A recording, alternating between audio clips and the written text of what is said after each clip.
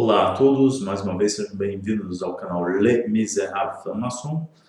Estarei aqui para dar continuidade ao livro de Faidon, ao qual eu fiz a primeira parte, e a ideia aqui é vos incentivar a leitura, entretanto, ir aos poucos tratando da revelação, de forma que vocês possam compreender o que é, de fato, a revelação.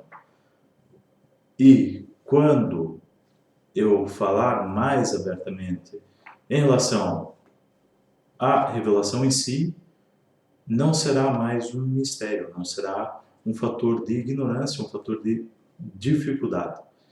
Juntos iremos fazer um trabalho de pesquisa, ao qual eu vou vos induzir a leituras, e essas leituras depois será acompanhada da vossa reflexão. E dentro da vossa reflexão será Deus a guiar o vosso espírito, Deus a guiar o vosso coração, e para aqueles que de fato terão o prazer de o contemplar, irão, obviamente, compreender as minhas palavras quando eu estiver a tratar de temática revelação mais a fundo. Para já, como eu já mencionei, é necessária a continuidade de uma leitura mais profunda em livros filosóficos, nesse caso específico Platão. Eu comecei a partir pelo Faidon e hoje eu estive a dar uma olhada e sim, provavelmente eu teria que fazer de fato, sem qualquer sombra de dúvidas, mais um vídeo para o terminar. Ok, sem mais demoras, vamos ao que nos interessa. Como mencionei, eu sublinhei algumas frases ou algumas palavras e quero vos trazer alguma alusão em relação a essas palavras e incentivando-vos a também pensarem, consultarem o que isso significa. Bom, eu estou agora na primeira parte da apresentação, mais uma vez, do livro Faidon, Platão, cuja editora é Areal Editores.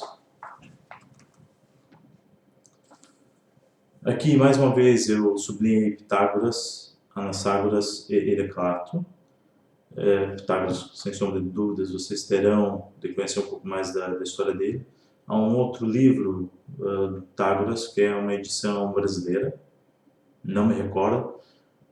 Também está boa, mas de forma a não criar nenhuma confusão, antes leiam a parte filosófica e depois podem procurar a parte esotérica deixada por Pitágoras e irão compreender esse livro melhor.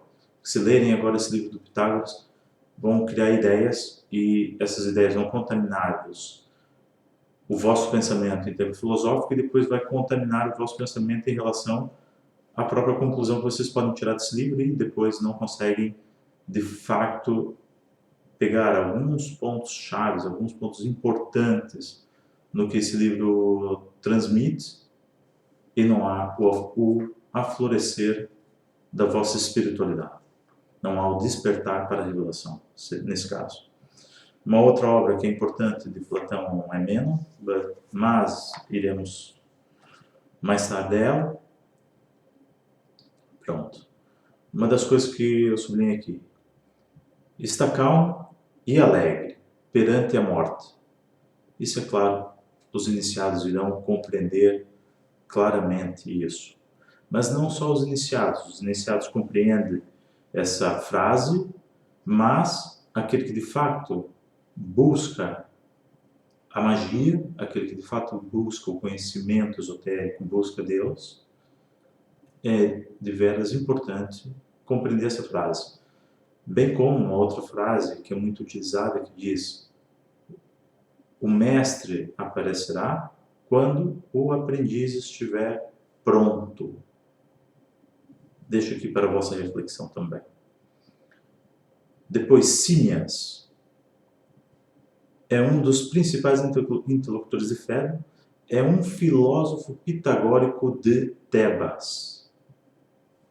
Quem não sabe onde fica Tebas dentro da história, podem procurar e a partir daqui vocês vão conseguir já criar o vosso primeiro elo de conhecimento esotérico. Cebes é outro dos interlocutores com maior relevo na obra, é ainda um filósofo pitagórico, também de Tebas. E só para deixar aqui um lamelê para vocês, existe o rito de Mênfis Mizraim, e basicamente parte desse rito foi assimilado com um rito maçônico que existia dentro do Egito. Por isso deixo aqui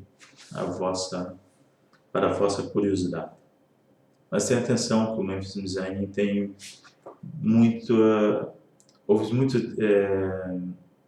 separação dentro do Mênfis Mizraim e hoje em dia existe ali uma vertente filosófica, esotérica, bastante vincada, bastante difícil até de, como é que eu vou dizer, de seguir dentro dessa ordem. Depois existem outras ordens que usam a temática esotérica, a temática egípcia e maçonaria para fazer dinheiro, simplesmente clubes, e ainda outros que misturam outros conhecimentos esotéricos dentro do ritual maçônico e as coisas não correm bem. Definitivamente não correm bem. Seguindo. Apesar de a dor e o prazer poderem parecer opostos, observa ele, e apesar de nunca sentirmos os dois ao mesmo tempo, eles estão intimamente ligados. Pois aqui há um convite para as fábulas de Esopo. Sócrates afirma que o verdadeiro filósofo deve desejar a morte, apesar de o suicídio não ser legítimo. Compreendo? Ou tentem compreender, porque isso é bastante profundo. Parece ser uma frase sem qualquer sentido, apenas apelativo. É tão profundo. Eu diria que essa é a verdadeira chave para os mistérios. Parece uma contradição que aqueles para quem a morte parece ser uma bênção não possam dispor da sua própria vida, mas devem esperar que as suas vidas sejam tiradas. Os nossos sentidos são imperfeitos e podem trair-nos, assegura Sócrates. 3 pontos. Defende que existem realidades, justiça, bondade, beleza. Estas realidades não podem ser detectadas pelos sentidos, mas apenas através do esforço do próprio intelecto. E aqui vocês começam a ter atenção que esse intelecto nada mais é do que o mundo das ideias, o mundo metafísico, onde todas as coisas são criadas primeiramente antes de poderem se refletir dentro da matéria. Em outras palavras, nós consideramos isso como um mundo espiritual. A alma deve dissipar-se como um sopro ou fumo, de forma que não mais exista como uma unidade coerente. 3 pontos. Concepção emérica de alma. Essa frase me fez lembrar aqui de uma outra frase que, para mim, faz sentido, e para quem, de fato, trabalha, conhece, tem conhecimento esotérico, busca conhecimento esotérico, busca Deus, sempre relembrem. O que eu vou tentar transmitir é a revelação para alcançar Deus. Esse alcançar Deus, primeiro vocês têm que verificar uma coisa: Deus não é algo que tem um corpo. Por isso, quando nós tentamos caracterizar Deus como um indivíduo ou como um ser, nós temos que também passar a visualizar um corpo, o que vai estar aqui em conflito por causa do espaço e tempo. Se considerar Deus como uma entidade que despertou, vocês irão compreender que essa entidade não necessita de um corpo. E considere isso apenas como essa questão energética, e essa questão energética é o nosso mundo espiritual, que é algo que conduz a Deus, mas que nós não temos a capacidade para o vislumbre. Não até estar de fato iniciado pelos seres espirituais. Não é iniciado pelos homens. A iniciação dos homens tem efeito, mas apenas no plano material e no aspecto intelectual, que vai dar a possibilidade de tu começares a percepcionar esse mundo das ideias, percepcionar melhor esse mundo esotérico. O que eu queria dizer, essa frase me fez lembrar de Oscar Niemeyer, que ele dizia, havia uma frase dele que ele mencionava, a dizer que a vida é um sopro.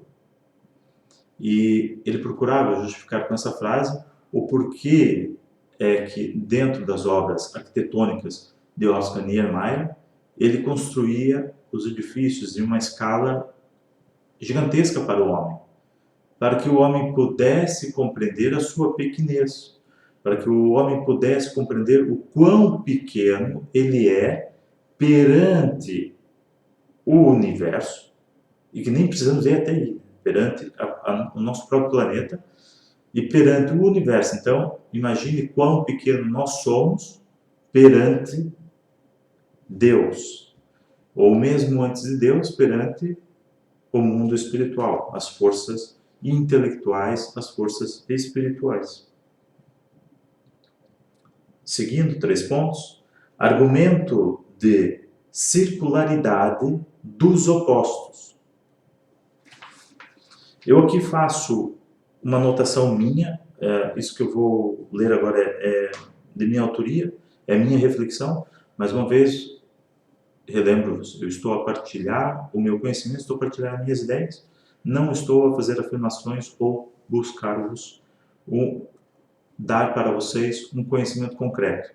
Como já mencionei no vídeo anterior, se prestarem atenção e se lerem de fato Sócrates, irão perceber que saber é algo baseado em muita ignorância.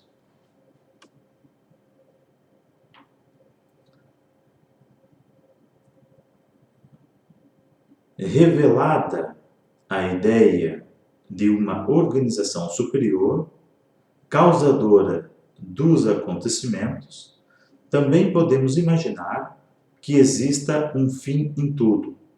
Ou seja, se a criação fosse infinita, não haveria possibilidade de reencarnação da alma. É, nesse caso, necessário material para reconstruir, ou nesse caso, reciclar o mundo das ideias, reciclar o mundo espiritual. No entanto, se pensarmos em um limite de almas, poderemos dizer que a quantidade de almas somada no em corpo e nas ideias seria inalteradas. Podemos pensar também que existam almas dependentes de uma janela temporal. Só então, quando o espaço-tempo for favorável, elas podem novamente experienciar o mundo material. Significa que, ao evoluirmos, permitimos que outras almas ancorem. O ancorar aqui significa venham ao mundo físico. A ideia de evolução também não permitiria que almas as quais não evoluíram no passado possam, ou na passagem pela matéria, possam voltar até que o relógio para o seu estado permitido seja assim mudado e a reencarnação aqui é possível. Como referi aqui, se nós tivermos um limite de vidas, né? Estamos a falar da concepção, a ideia de limite é importante. Essa ideia, essa falácia de infinito é ignorância, mas não é uma ignorância onde tu vais aprender, é uma ignorância ao qual tenta te criar uma ideia de tudo pode ser para além daquilo que o próprio universo, daquilo que o próprio ser, essa própria entidade, ser não, mas a própria entidade, né, essa força que se manifestou inicialmente, venha se extrapolar de uma maneira que não se haja um fim, né? E isso não é verdade. E essa ideia de infinito, ela é falsa. A ideia que eu estou a tentar aqui partilhar convosco é: existe o mundo das ideias, o mundo espiritual e o mundo físico. Dentro do mundo espiritual existe um número de almas, existe um número de seres ou um número de espíritos aos quais vão trabalhar a matéria, vão construir um ser, vão construir um organismo para poder experienciar, para poder fazer algo ao qual nós desconhecemos. Ninguém que pode afirmar com plena certeza o que é, qual é a função exata do mundo das ideias, que é o mundo espiritual, com o mundo da matéria.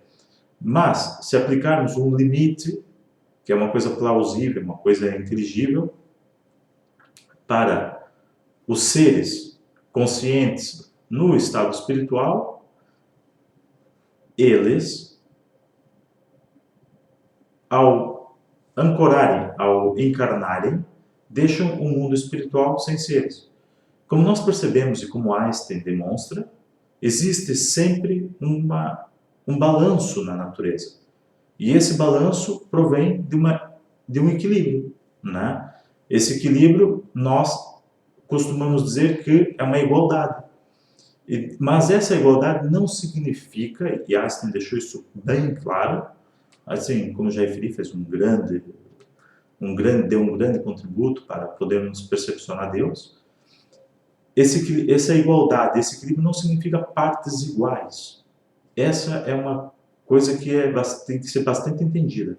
Ele só vai alcançar o equilíbrio quando as partes não forem iguais.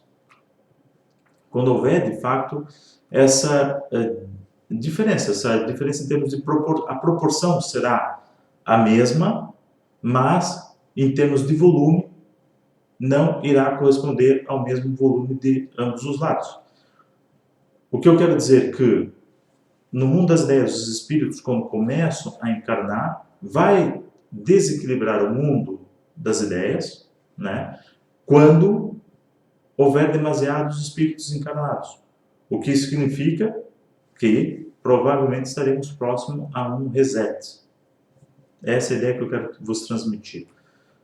Essa encarnação, é por isso que eu falo aqui de um ciclo, e por que é importante um ser depois só reencarnar, havendo evolução, né? Imagine que começamos dentro da nossa história da pré-história, vamos até uma era ao qual podemos dizer uma era interestelar, uma era interdimensão.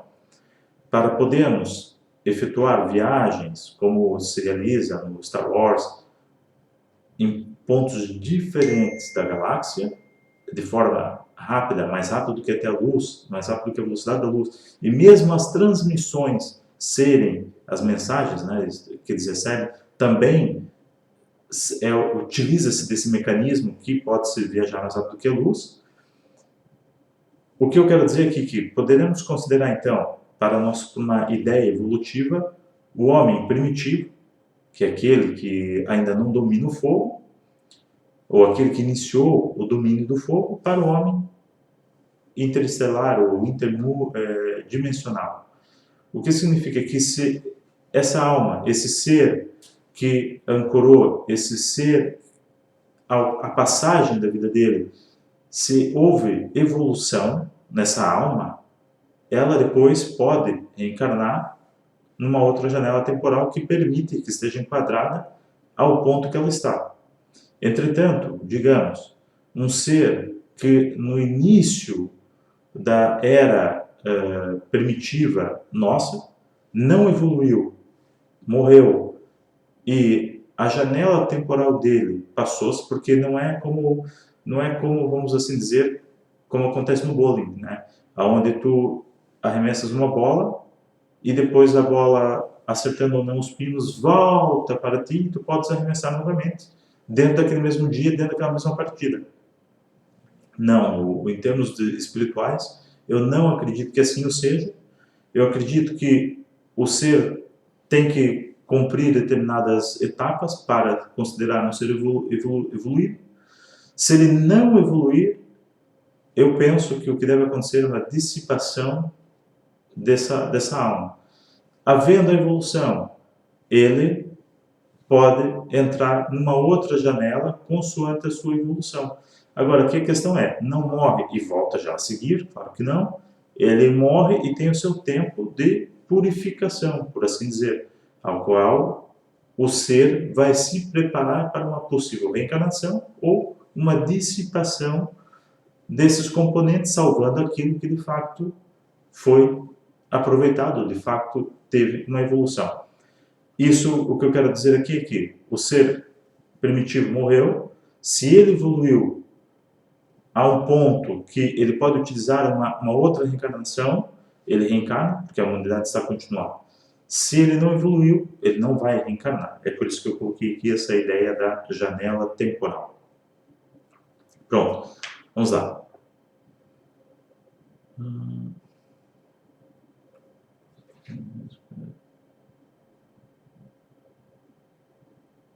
Ok. Pela matéria, volta até que o relógio, aqui eu estive aqui a ler, peço desculpas, demorei um pouco, voltando aqui a esse ponto que eu estava tentando explicar, a matéria, o ser depois de morto, que tem o seu tempo até que ele possa voltar, num tempo onde o relógio, para o seu estado, permita que assim ele possa de volta regressar. Nunca está desprovido de almas o mundo das ideias. Temos o equilíbrio, que é aquilo que eu estava dizendo. Concluímos que o ciclo carnal tem um fim. Esse mesmo fim marca um novo arrancar. Aqui já seria o término de toda a evolução, né? Chegamos aqui no ser multidimensional e acaba-se porque causou desequilíbrio no mundo das ideias, então temos que novamente aqui aplicar um reset e voltarmos aqui na era primitiva novamente.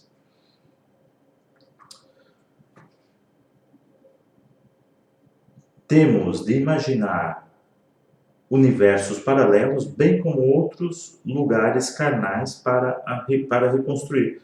É claro, lembre-se, quando estamos a falar de multiversos, e é isso que eu tentei aqui mostrar, não podemos imaginar um ser que criou o universo, apenas criou um universo. Muito provável existem bilhões de universos ao qual esse ser está a experienciar, está a buscar algo.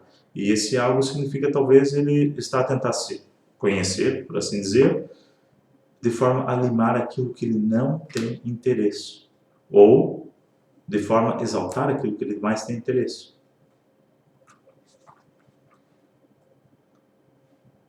Sabendo que ao final do ciclo evolutivo da alma, ela é recuperada, fechando todo o ciclo das ideias. Pronto, eu já tinha mencionado, eu adiantei-me aqui, falei da minha maneira, pronto.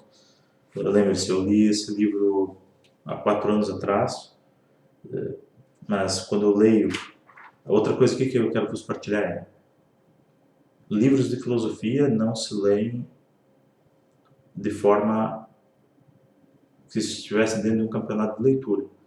Vocês têm que absorver, vocês têm que conseguir compreender.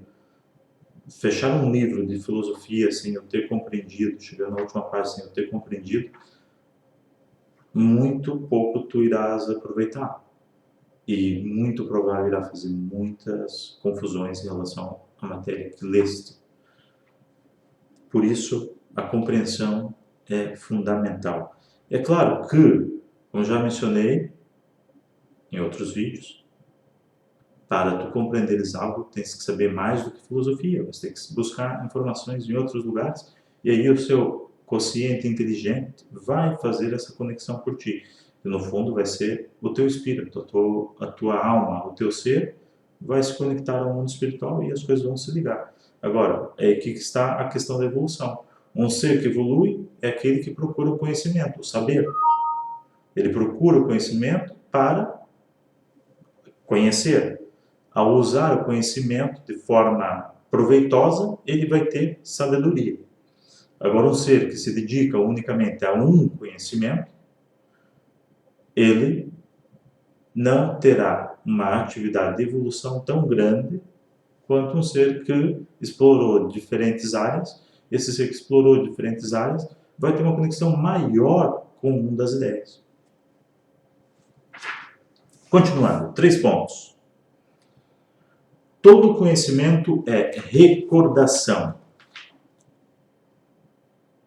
3 pontos. Eu não irei estar a mencionar 3 pontos toda hora. Pronto, irei ler as coisas, faço uma pausa, vocês compreendem que passei já a uma frase seguinte. Podemos ser lembrados de uma coisa ao tomarmos consciência de outra coisa. Existe algo como a igualdade em si, algo que seja independente de todo o caso particular de igualdade. Conhecemos esta ideia de igualdade porque ela surge às nossas mentes sempre que vemos exemplos de objetos iguais. Contudo, Sócrates indica que pedras ou paus iguais podem parecer iguais de um ponto de vista e desiguais de outro. No entanto, nunca seríamos tentados a afirmar que a igualdade em si é desigual, ainda que os paus ou as pedras, que são iguais, não sejam a mesma coisa que a igualdade, visto que, por vezes, podem ser desiguais e a igualdade em si nunca o pode ser. Eu vou só fazer aqui uma pausa. Aqui está um grande desafio para as mentes filosóficas, para aquele que quer alcançar a Deus. É compreender que a verdade não pode sofrer alterações. Uma vez que algo sofre alterações, ainda não foi obtido a verdade. A verdadeira finalidade, ela não foi compreendida, ela não foi recebida, ou ela não foi reminiscada, não foi rememorada nesse caso, né? Não houve reminiscência. Se as coisas iguais são diferentes da igualdade, e mesmo assim trazem a igualdade às nossas mentes, elas devem, de algum modo, recordar-nos da ideia de igualdade.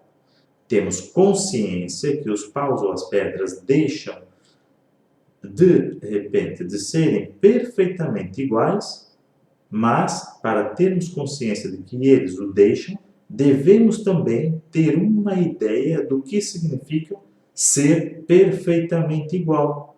Ou seja, já devemos conhecer a ideia de igualdade.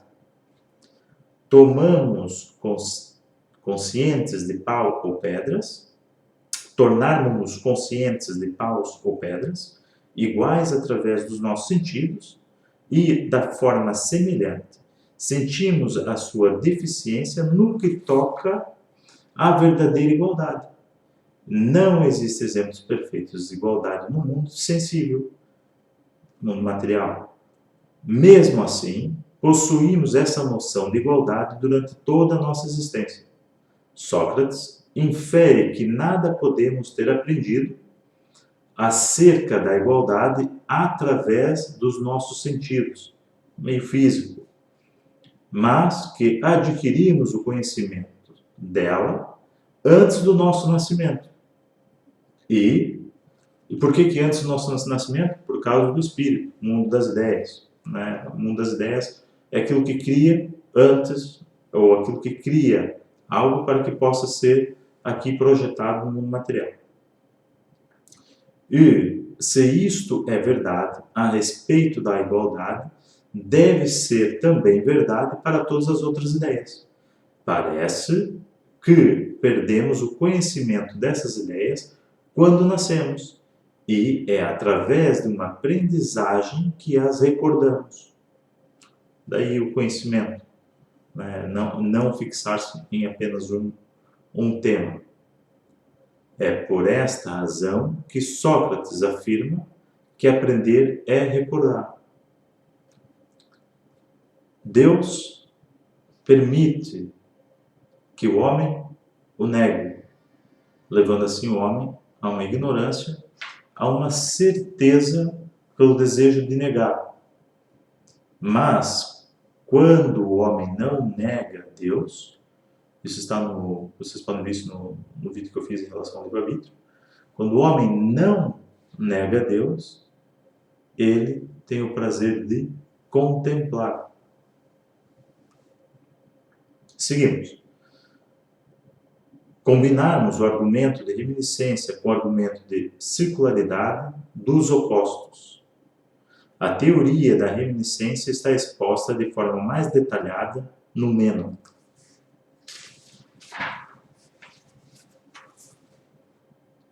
Sócrates continua e afirma que as ideias têm de ser simples, pois elas são constantes e invariáveis, nunca admitindo qualquer espécie de alteração. A partir disto e das dualidades precedentes, Sócrates conclui que, enquanto que o seu corpo apodrecerá e se deteriorará, como todas as coisas que se alteram, a sua alma continuará a viver. Como o que não se altera, as essências simples, a que se assemelha. Aqueles cujas almas se mantiveram presas aos cuidados terrenos, por outro lado, serão atolados pelas coisas e desejos materiais que contaminam as suas almas e permanecerão nessa terra como fantasmas, até que suas almas habitem outro corpo. Todos reencarnarão de acordo com o modo e o comportamento nessa lista. Torna-se um lobo, torna-se num animal, outro corpo humano para habitar. Pronto, aqui é bastante importante, aqui entramos aqui numa matemática. Se vocês verem, 4 anos atrás eu li esse livro, a minha mente ainda continua bastante conectada com o livro, porque estamos aqui a falar de espiritualidade, nada mais, nada menos do que espiritualidade. Mas aqui é importante, estamos a falar de Deus acima de tudo. Lembre-se sempre disso. Eu vou sempre vos lembrar, gostem ou não gostem. Estamos a falar de Deus. Aqui, o que me fez lembrar que um ponto importante é em relação aos espíritas, né? Os espíritas, eles recebem, os médiuns recebem espíritos e alguns desses espíritos, pronto, tomam a posse de outro corpo, de um ser vivo, né? Que permite que esse espírito fale por ele, opere dentro dele. E temos aqui um grande conflito em termos espirituais, em termos de liberdade para com o indivíduo. Mais uma vez, free will, quem desejar, tem um vídeo e vocês vão perceber aquilo que eu estou a dizer. Aqui eu fiz mais uma nota, deixa eu só colocar aqui o meu telefone em modo de Night Mode, de forma que não volte a perturbar. Eu fiz aqui uma nota também minha em relação ao tema. A caligrafia, como mencionei, por vezes não é a melhor devido às condições onde eu estou a ler e nem sempre tenho o apoio de uma secretária, de uma mesa, de um lugar que eu possa, um tampo ao qual eu possa escrever. Podemos acreditar na constante universal. Todo é, foi, será, para todo sempre assim, no entanto.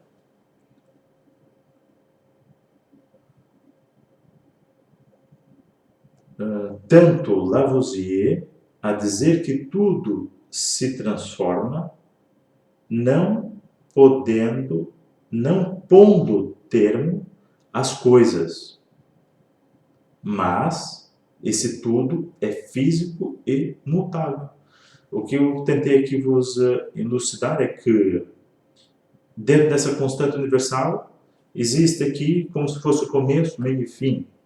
A pré-concepção, a concepção e a experiência. Depois há uma coleta de dados ou uma análise dessa experiência que nós não temos a noção, nós não participamos dela ainda, né? Nós não conseguimos vislumbrá-la. Entretanto, vem aqui, como já referi em outro vídeo também, Lavoisier diz que nada se perde, tudo se transforma.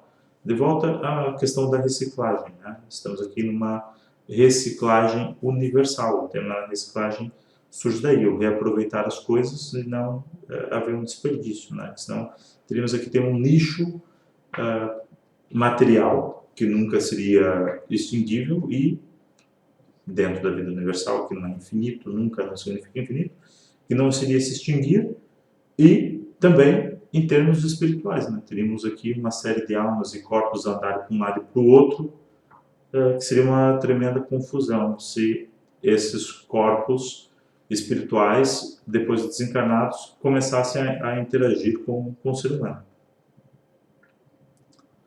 Tendo em vista a evolução social constatada pelo aumento de seres vivos, dizemos que a reencarnação em um ser não humano seria uma regressão ao domínio da matéria e trevas. Pronto. Aqui é uma temática bastante forte. É a minha opinião. Eu não concordo que seres que estão a buscar uma evolução, que a experiência venha trazer uma evolução, que eles reencarnem num animal. Porque o animal vai ter que experienciar outras coisas dentro de uma outra sensibilidade, ao qual ele não vai poder ter esse mesmo discernimento de não buscar Deus. Salvo erro, e é uma questão que eu aqui continuo a meditar, ainda não tenho a minha resposta conclusiva, que é, se consideramos que Deus cria todo o universo, criando os seres espirituais, vou colocar aqui por etapas, porque eu não sei quantas etapas da criação até chegar à matéria. E por muito que vocês queiram ler dentro da Cabala ou dentro de qualquer outro segmento esotérico, ninguém pode afirmar isso com 100% de certeza. Mas vamos aqui colocar aquilo que nós podemos imaginar. Digamos que dentro desse ciclo onde tu tens uma entidade que cria os seres espirituais, nós, como matéria, isso significa que essa é a evolução. Essa é a linha de evolução. Tu sais daquilo que está no divino e caminha para a matéria, para a fixação. Se considerarmos isso verdade e considerarmos que esse é o verdadeiro caminho, eu aqui colocaria duas questões para mim que eu ainda não consegui encontrar uma resposta que me satisfaça. A primeira delas é, então significa que a próxima reencarnação do ser, até que ele esteja realmente, continue, se ele não se perder até o fechar o ciclo, seria uma reencarnação animal. E por que animal? Porque o animal seguirá o instinto, seguirá a vontade divina. Pronto, a seguir aí, o que nós podemos deduzir? Temos que ir cada vez mais, não vamos dizer a todos os seres, todos os seres ao qual, vamos dizer, minhocas ou outros tipos de seres, mas talvez experienciaríamos aí já a questão do lado obscuro, do lado negro da criação, né? Do lado da fixação, do lado desse lado escuro, pronto. E aí diria que então talvez, o que seria esse lado escuro? Seria a pura fixação na matéria, ao qual o ser não tem qualquer opção a não ser aquela fixa, inalterável, imutável. Será que é isso que Deus deseja, alcançar o seu limite imutável? Mas aqui colocaria uma grande questão, né? O meu dilema aqui está depois. Então quer dizer que o suicídio seria libertar-se dessa cadeia viciosa que é a vida, até alcançarmos a fixação de uma próxima vida com menos liberdade. E aí estaríamos a evoluir. Então, quer dizer, não poderíamos condenar o suicídio. Mas ainda não estou aqui, de fato, satisfeito com isso. Não me dá segurança, porque, pense, vamos cometer o suicídio em massa e depois coloca-se a questão, qual é a questão da vida, né? Será que de fato irmos para essa fixação? Será que mais tarde seremos empurrados, aqueles que de fato conseguirem evoluir, serão empurrados para essa fixação? E outros que não conseguirem evoluir apenas irão se dissipar e farão parte de uma outra parte dentro do universo? O que coloca-se essa grande questão? Depois entra aqui a questão da evolução dentro da concepção que nós temos, evolução espiritual, que nós fazemos o caminho inverso, que não é o caminho que Deus está a fazer, né? Deus está aí para uma fixação, para um sentido imutável, e nós queremos voltar para o mundo espiritual. E se voltamos para o mundo espiritual, depois vamos querer voltar para o mundo mutável, que é o divino. O que é evolução? Né? A evolução ela tem que ter uma linha, uma continuidade.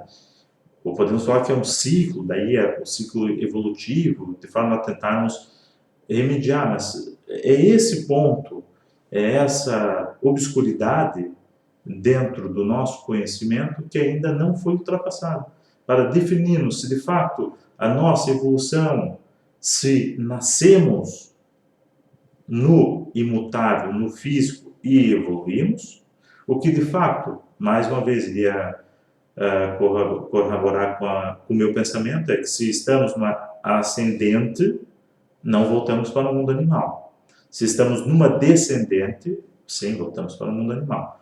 Então, quer dizer, a morte é algo desejado, né? Mal seria, então, nesse ciclo ascendente, ser uma árvore. Ou ser um planeta, uma galáxia.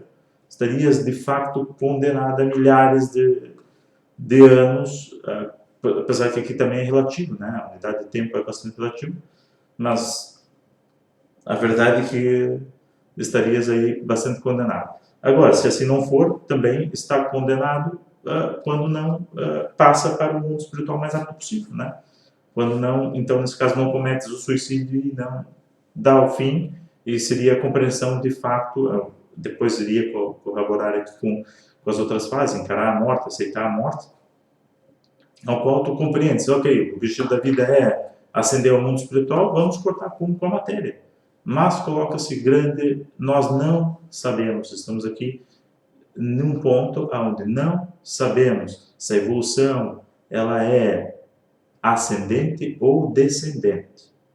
Não quero confundir evolução ascendente com o mundo da luz, o mundo como as pessoas fazem, bem e mal, com o mundo descendente sendo um mundo mau.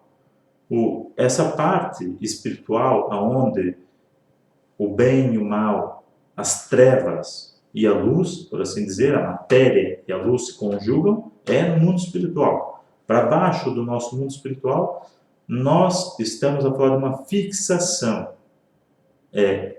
Esse seria o termo mais correto. Estamos a fixar, não há movimento, não há latência. Pronto, essa é a maneira que eu penso. Por isso que eu estou a dizer, é impossível alguém afirmar que estamos aí para baixo ou para cima nessa linha, e devemos tentar compreender. A ideia da reencarnação traz para nós que estamos aqui presos num ciclo e que esse ciclo deve ser quebrado, ele irá ser quebrado a um determinado momento ao qual nós desconhecemos.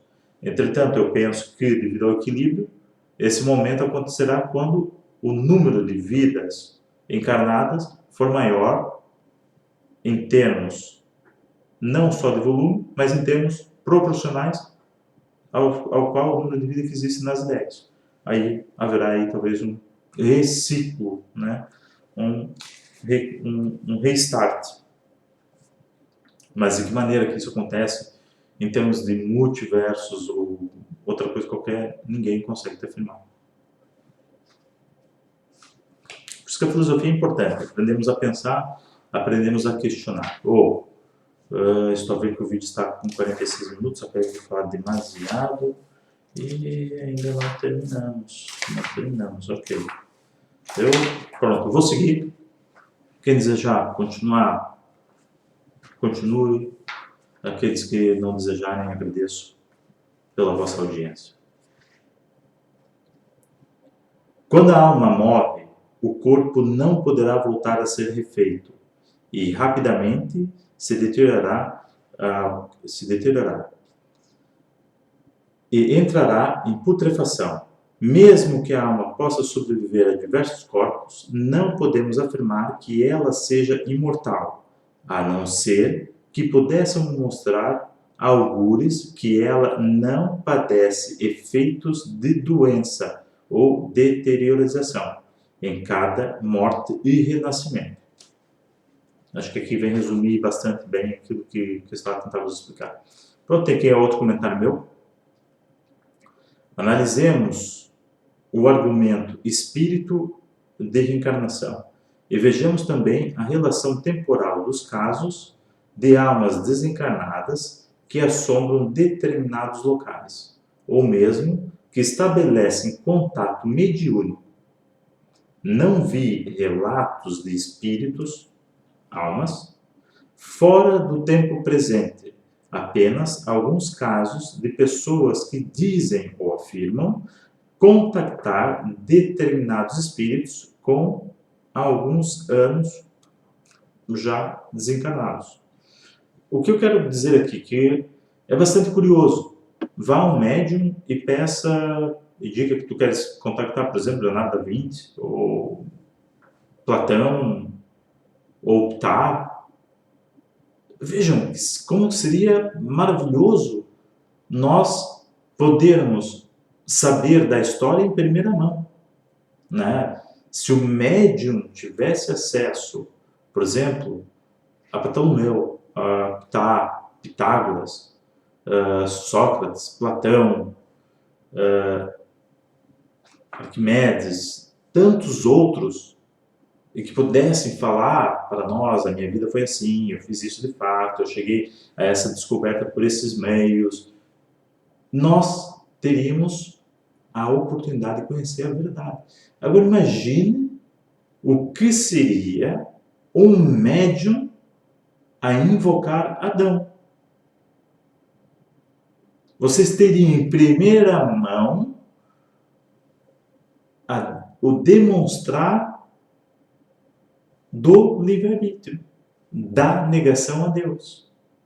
Imagine isso. Vocês poderem, um médium poder invocar Moisés, um médium poder invocar Jesus Cristo, Dalai Lama, Buda, poder invocar Mohamed, nós teríamos o verdadeiro conhecimento sem enganos sobre o nosso passado.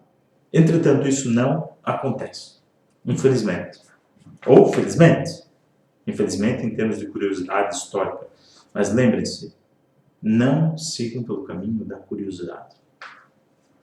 Mas em termos de conhecimento, se tivéssemos esse acesso, seria de fato grandioso. Podemos confirmar como que foi a vida dessas pessoas. Daí estou a dizer que a mediunidade, os médiuns, apenas contactam espíritos que... Peço desculpas. Estou a dizer que a mediunidade, os médiuns, apenas contactam espíritos que desencarnaram dentro de uma janela temporal que eles ainda não passaram para a próxima fase ou não se deterioraram. Sendo assim, tem que haver muito cuidado. Eu ainda no futuro, se eu lembrar, eu quero aqui fazer um vídeo sobre o que nós devemos fazer quando um ente querido nosso morre e o que não devemos fazer. Pronto, continuando. Os espíritos, almas, estavam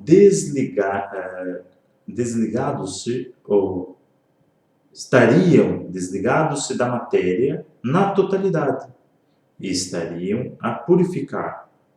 Teriam reencarnado ou teriam simplesmente sido absorvidos por outro elemento que desconhecemos, o espírito.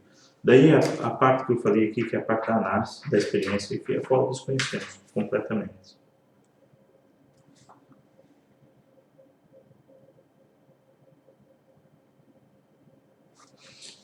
Isso daqui é muitíssimo importante. Missólogos. A missologia é considerada como o ódio pela palavra, como fonte de verdade. Então vocês vão ver que quando eu começar a revelação, vocês vão ver muitas pessoas a terem ódio, mas não se preocupem. Aquilo que é dado por Deus, só Deus pode tomar. Começa por contar que quando era jovem, tinha uma paixão pela ciência da natureza. Por essa razão, pretendeu aprender qual a origem e os atributos das coisas, para que fossem aquilo que são, deixassem de ser ou continuassem a ser.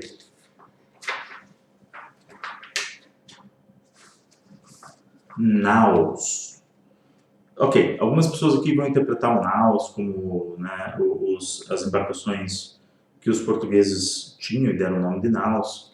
E o naus aqui representa espírito, ou conexão, ou intelectual, né, o mundo intelectual. O conceito grego de naus, de Anaxágoras, aparece outras vezes traduzido por mente ou inteligência. O que significa que os gregos, quando determinavam mente ou inteligência, estavam a determinar um ser. Davam essa não apenas a ideia, mas essa ideia dentro desse ser, quer dizer, o mundo das ideias. O naus é, de facto, o contato com esse mundo das ideias. E aqui eu vou fazer mais um lamiré.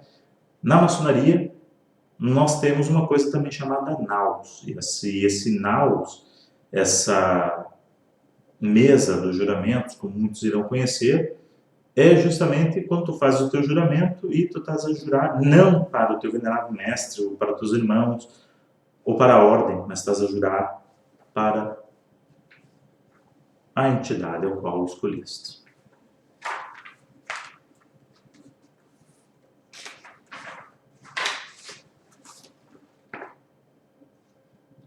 Ao considerarmos as hipóteses em si mesmas, deveremos assumir que quanto mais simples ela for, mais credível será. Vejam a beleza disso. E Einstein demonstrou isso. A verdade tem que ser simples. A única coisa que padece, na verdade, de verdade, é a retórica. E as fórmulas demasiado complexas para se entender. Daí o sonho de se encontrar a teoria da unificação, de forma que pudéssemos teorizar e compreender tudo dentro do universo, visível e invisível. Claro que aqui, para quem fica na dúvida, inclui o microcosmo e o macrocosmo. E depois estaríamos a falar do mundo espiritual em si, que seria o mundo invisível, de fato invisível. O mundo onde não é o mundo da sensibilidade, mas sim das ideias. Mas também existem coisas que não podem aceitar a aproximação dos seus opostos. Também aqui uma verdade clara, né, da física, quando estamos aqui a tratar de magnetismo. Vejam quanta coisa que vocês conseguem aprender apenas a ler filosofia. É claro que a vossa mente só está conectada para isso, como eu já disse, se de fato o vosso verdadeiro interesse for buscar Deus. Sócrates explica a sua crença de que a Terra é esférica, aquático, corroído. Um mundo aquático corroído. Se alguém conseguir imaginar, já vem o dia.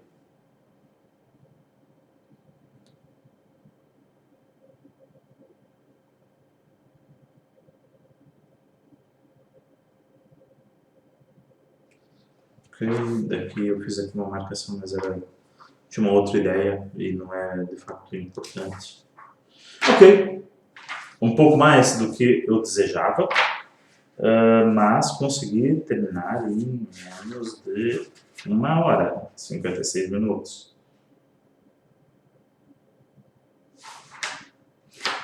É isso. Para todos vocês que estão a procurar Deus, é isso. Para todos vocês que estão a procurar Deus, eu vos desejo uma boa leitura. Eu irei continuar no próximo vídeo para falar aqui de alguns comentários que eu fiz e mostrar-vos algumas frases que sublinhei. Esse terceiro vídeo provavelmente será um vídeo menor, de 25 minutos, 10 minutos no máximo, não creio que será mais do que isso.